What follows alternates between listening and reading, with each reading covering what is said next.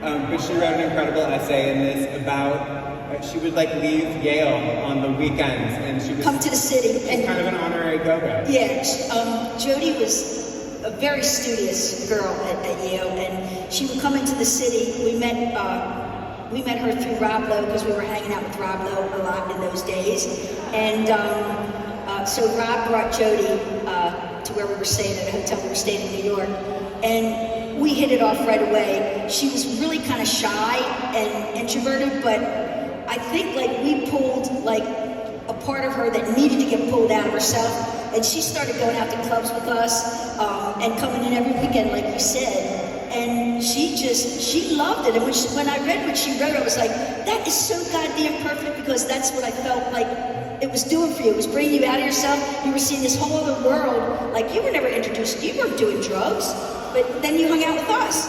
And like, then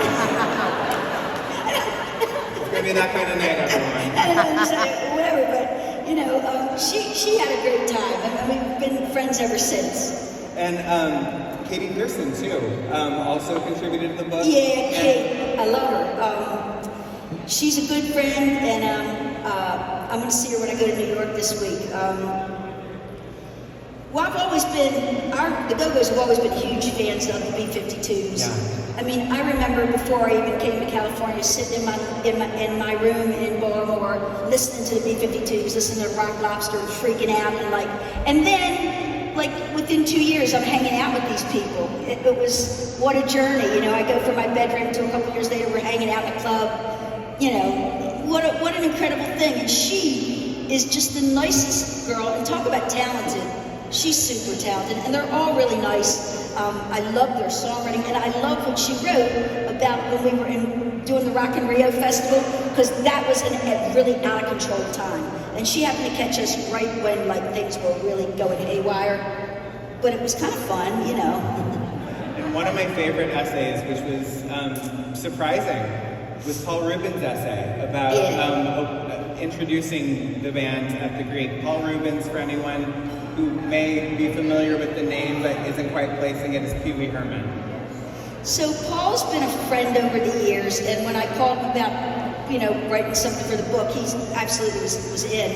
And he started telling me the story which he wrote about when he came to open for us at the Greek Theater, and he brought Steve Martin with him. And he said he pulled up in his old, you know, Toyota with the windows that wouldn't roll up, and they go to the Greek, and we all met. We loved him. We knew this guy was a super talent. This was before he made it big, before his films came out, before Pee Wee's Playhouse, and so we wanted him to go out and you know, do his little routine before we went on stage. So he was all prepped, ready to go. Steve standing on the side of the stage, sort of backing his buddy up, and Paul went out there and he started doing his shtick, and like half the audience was just sitting there with their mouth hanging open, and the rest were like, like kind of a polite thing. Nobody knew what to make of Pee Wee Herman, you know? Nobody knew what to make of it. But, you know, he was a trooper, and he did all 3 nights, and we've been friends ever since. I love that the Go-Go's were early adopters of Pee Wee Herman. Absolutely. We can spot talent a mile away.